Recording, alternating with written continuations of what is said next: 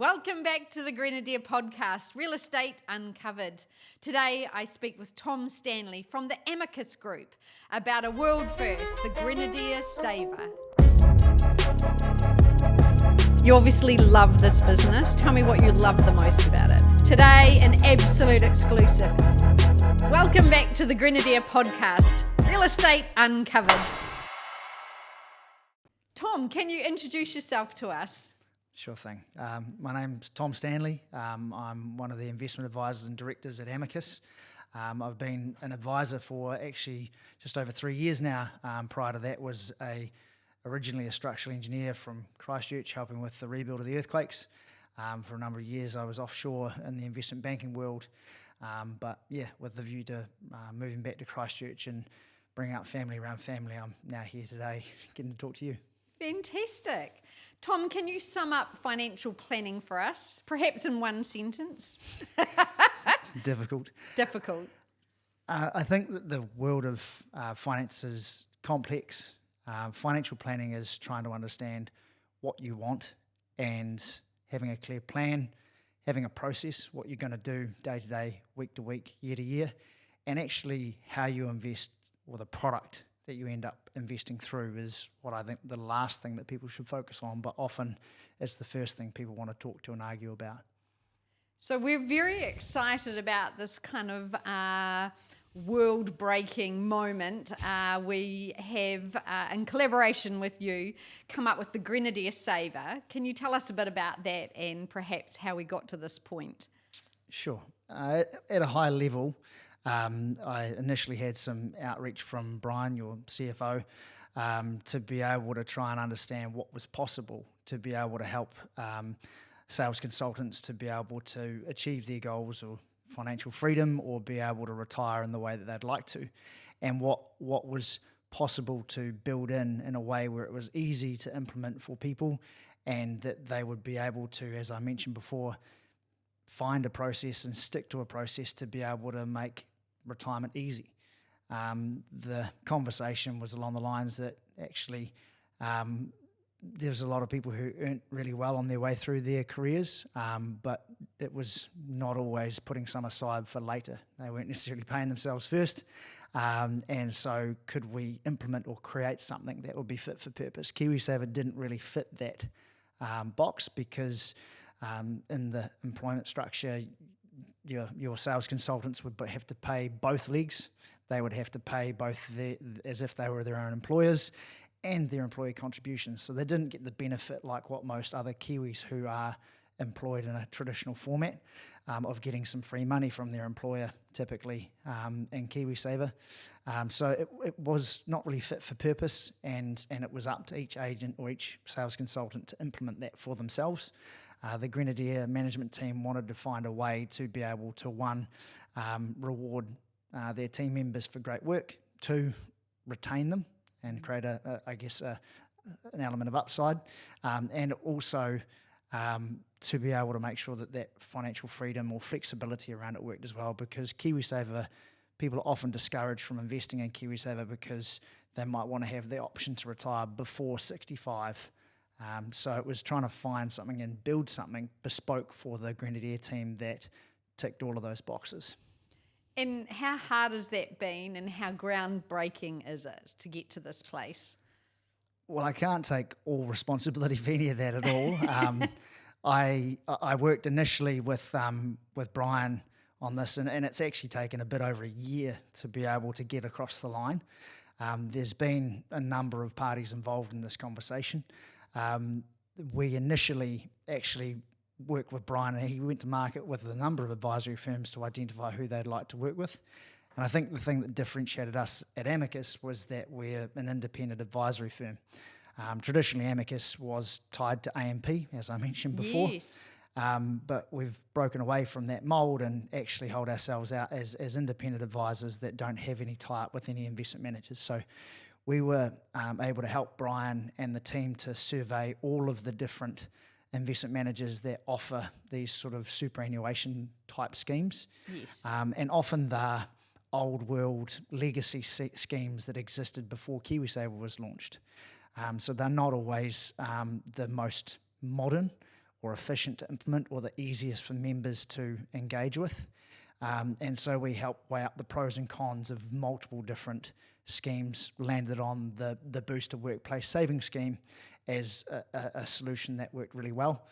And then actually the legwork was only just starting, because the Booster team had to be able to work within the existing superannuation legislation to create a scheme that allowed for the employment structure that Harcourt's Grenadier had. Yeah. So the Booster team coordinated with FMA and did all sorts of things in behind the scenes to get this off the ground. So it's been a fair bit going on to be able to launch something like this, which is pretty cool. And very innovative, right? This is, I think we're the first real estate company, definitely in New Zealand, if not the world, that's been able to put this together. Yeah, I can't validate those claims, but I'm yet to see any massive news headlines. You clearly don't work in the real estate industry. Yeah, so the caveat there is that I did used to be a consulting engineer, which means that I'm probably not the best salesperson. But yeah, and it is extremely innovative. I've not heard of anything like this being launched before. And yeah, with the intention to give people a better pathway to one of the most fundamental goals for most, which is financial freedom, is really, really exciting and super cool. Yeah.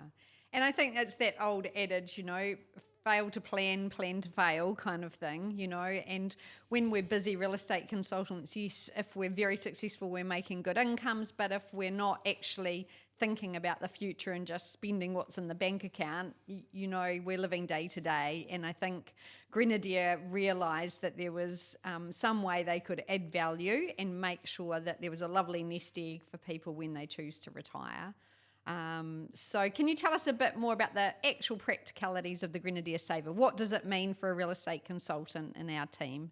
Yeah, I think just to tease out one of the points you highlighted there is that I think real estate agents, sales consultants, and just about everybody out there these days, everybody's extremely busy. Like our day jobs demand a lot from us. And I mean, if you look at what your average sales consultant probably gets tied down, they'll be bogged down with emails, phone calls, everything. They'll be on call almost 24/7 with people wanting to talk and everything's to them about urgent. listings. And yeah.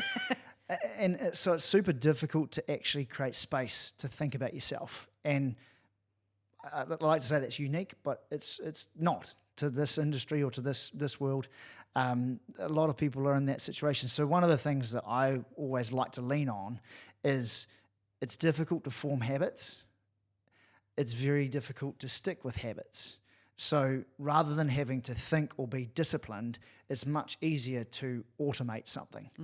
Agreed. Every time that you have a payday, you'll be putting money away without having to think about it. You're automatically paying yourself first. So it's that automated aspect of this that I think will lead to the greatest success, and that's been the real true success story from KiwiSaver. I mentioned the other day when we presented or launched this that KiwiSaver gets a bit of a bad rap. I won't get into the details of why balances are lower, but actually the number of times that I go talk to workplaces and I ask people to put their hands up and say, who's surprised by how much is actually in their KiwiSaver versus how much effort it has taken for them to build up that savings? And almost every time people are somewhat surprised or astonished in many cases as to how much it's grown. Yeah, it's absolutely for very little pain, no pain almost. Exactly, yeah. And despite volatility and bits and pieces like that play out in markets, I think it's putting Kiwis in a much better place, as will GrenadierSaver. Yeah, fantastic. We loved your commentary on compound interest. Give us a quick synopsis about how compound interest can absolutely save your day, and how young should we start getting involved in this? Yeah, well, I mean, I think the thing that I often cite in this conversation is probably a little bit cliche, but is Warren Buffett. I mean, the thing that people tend to focus on with Warren Buffett is how good of an investor or how great of an investor he has been over such a consistent period of time. But the bit that people often leave out is the period of time. Like, he's been investing from basically age 12 through to into his mid to late 90s now. Yes. Like, that's an immense time frame to be growing wealth over. And I think what is exciting here is that actually, you might have people who are joining when they're in their 20s, and those are the people who are going to really see the benefit of this scheme longer term because they have time to be able to let returns come. I think I included the quote on the screen the other day from Albert Einstein, which is along the lines of compound interest being the eighth wonder of the world. He who understands it earns it, he who doesn't pays it. Correct. I might have bastardized that a little bit there. That's perfect. I think that was word for word.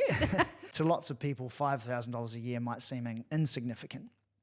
There's some comment about coffees or how many coffees you have to buy. $100 a week, right? Yeah, exactly. It's a dinner out. Yeah.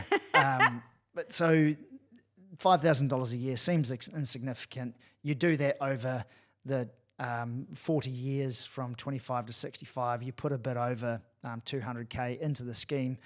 If you achieve an 8% return per year rolling average over that time period, that $200,000 is likely to turn into close to $1.5, $1.6 million. So that compounding effect and time actually leads you to having an 8x return on your investment over that time period. Yeah. So it's really quite significant, and we just, as humans, aren't very good at understanding when things don't move in straight lines. Returns don't come in straight lines, as we're figuring it out right now with, I guess, a bit of a growth scare in the US and Donald Trump making the world plunge back into chaos. It's like a live soap opera every time you turn the news on.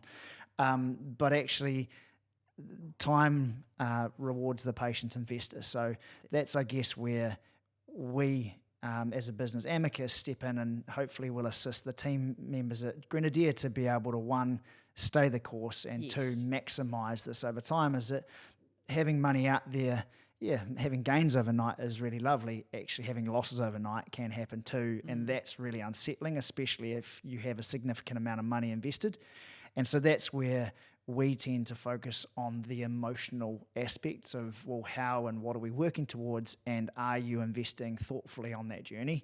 And so a part of this whole scheme and offering from Amicus and Booster to Grenadier is to have all of the sales consultants that are part of the scheme to have access to an advisor from our team. Yeah.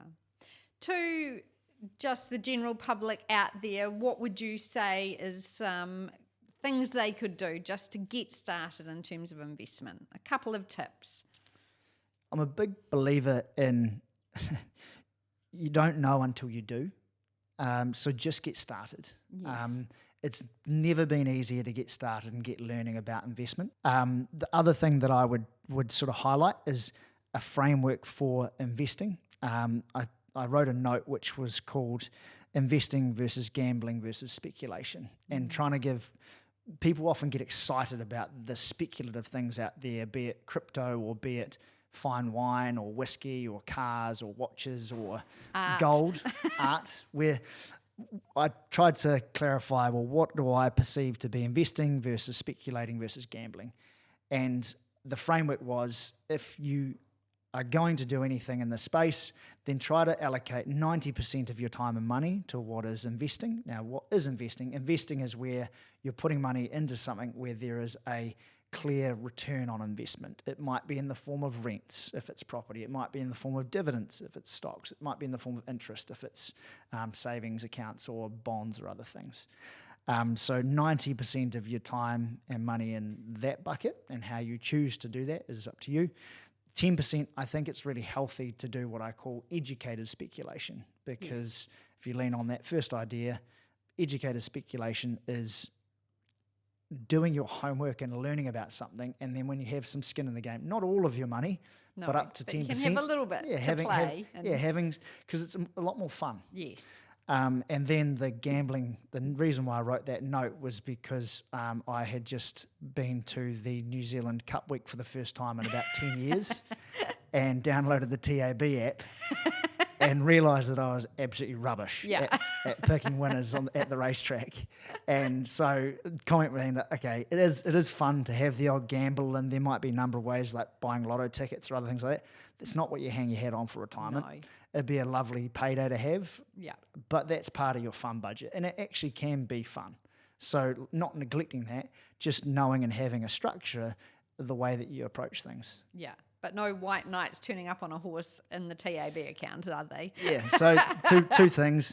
Just get started, And if you can start doing something, approach it with that mindset of investing versus speculating versus gambling, I think that will help people kind of have some guardrails and build their way that works for them. I love property, so it took me a long time to come to, investing in KiwiSaver and things, because I like to see my investment. Yes. But what do you have any opinion on how that should be weighted? And diversification, I guess we're talking about. Yeah, well, one of the things that I do discover a lot is that New Zealanders do have a natural tendency and bias towards property because it's physical and we can improve it, we can see it, we can drive past it. Yeah, we tend to be quite practical from a countrywide perspective. We like to have things to tinker with and improve and add to, and it's not really that easy to try and improve Apple other than going and spending a ridiculous amount of money on a phone or whatever you might do. We do see a significant skew towards property. Not that we discourage that. I mean, if somebody has the potential and capacity to add value and the returns are attractive, but what we would often look at is, rather than starting with this is the right allocation of property versus shares versus XYZ for you, what we try to lead the recommendations that we give is, what is that person wanting? What is their plan? Yes. And then what are they doing week to week, month to year, year to year? And then therefore, what does the appropriate asset allocation and investment strategy for those goals and direction that person is moving?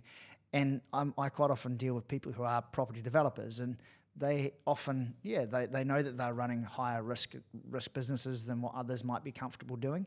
Some of them actually are really, really effective at managing their risks.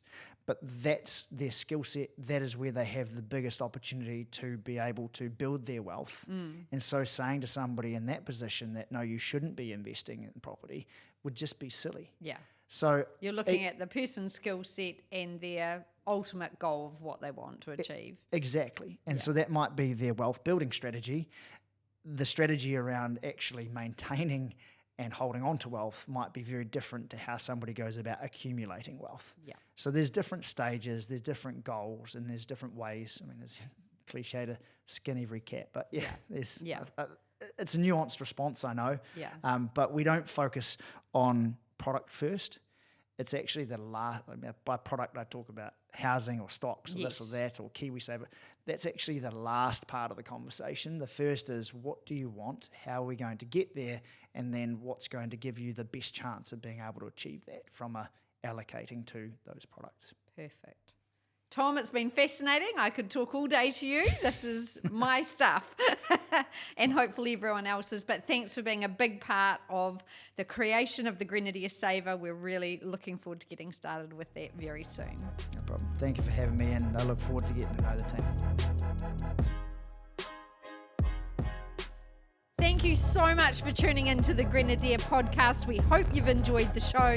Please give us 5 stars. We'd really appreciate it.